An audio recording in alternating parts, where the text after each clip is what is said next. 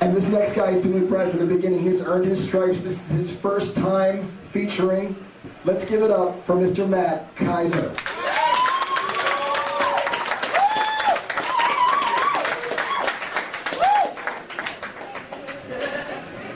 Keep it going. I only have about 5 minutes worth of material.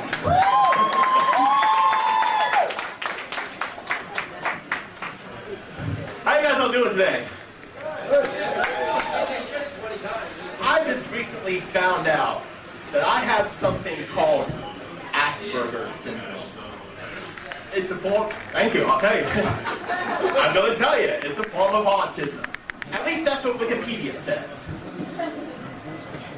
You know, it's really hard having Asperger's syndrome because people assume too many different things. So I'm just going to get a few things out of the way right now. First of all, I'm not Rain Man. I buy all my underwear at Target. And the second thing is that I'm not a brainiac. I haven't exactly memorized the entire Encyclopedia Britannica yet. And the third thing is that people think I'm excellent with numbers. Well, that's not true.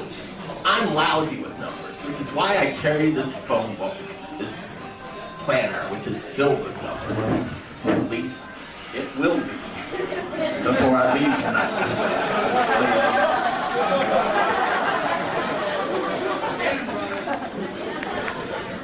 You know what's really stupid about having something called Asperger's syndrome is that it's so hard to explain what it is.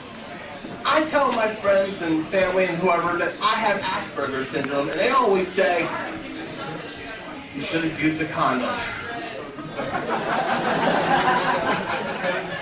Asperger's is a social disorder, not a social disease.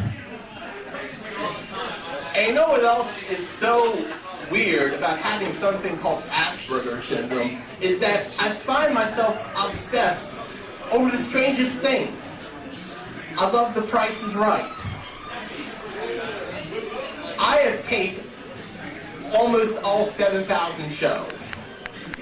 And my very first words were, "Come on down!" And I have actually spent the night outside of CBS just to see Bob Barker's last episode of The Price is Right. And people driving by thought I was homeless, and they threw pennies at me. But I thought, you know, hey, look at the bright side. At least I can tell people I won 37 cents on The Price is Right. You know, it's really difficult to meet women when you have Asperger's syndrome. I mean, you know, my body turns to jello. My voice sounds like a speak and spell. And I need a GPS because I have lost my mind. Ladies, I want to talk with you just for a brief moment.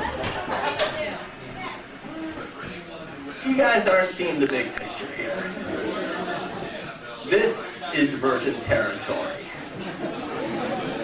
Not previously viewed.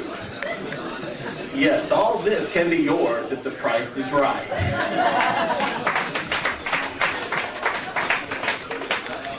You know, it just, something else that just occurred to me.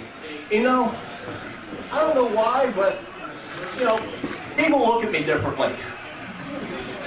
I don't know why. Maybe it's because I see things differently. You know, like when I look at various images, I see things that other people don't see. Like, for example, a question mark. To me, this question mark looks like one of Lindsay Lohan's earrings. Do I like men? Or do I like women? Or do I like men? Good question. Do I like jail? Do I not like jail? Very good question.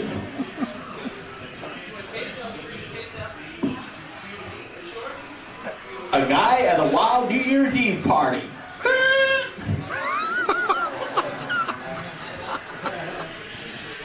A hunchback playing pool. You know what? No, what's also really cool about these things, it gets you really good parking.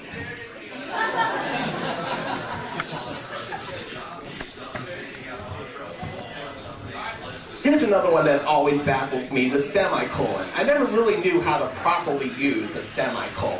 I mean, to me, it just looks like a period and a comma. A period, about ready to get lucky with a comma. The reproductive system.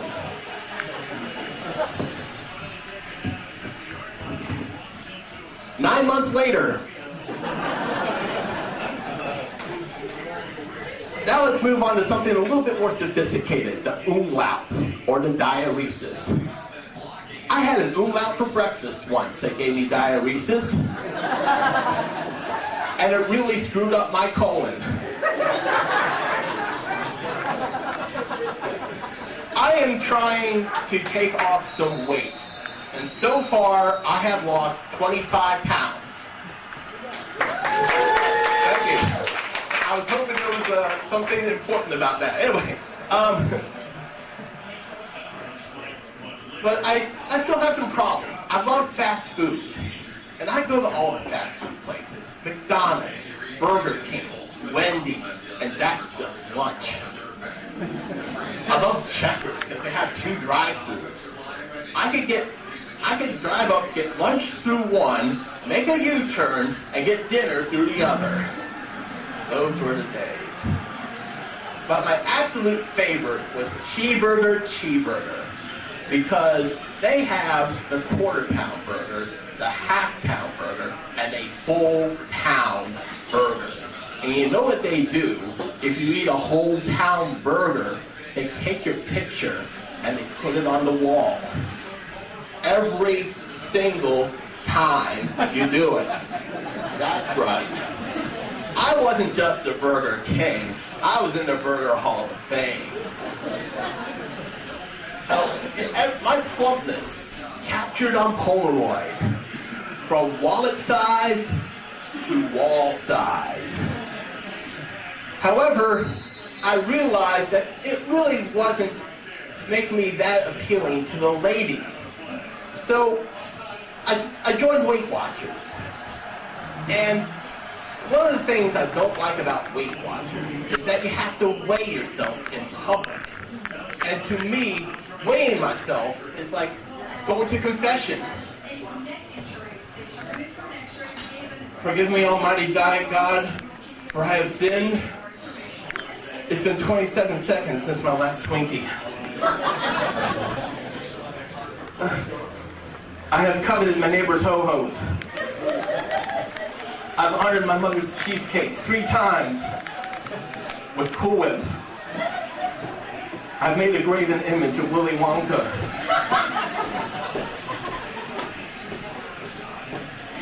However, one of the things that Weight Watchers has taught me is how to read labels.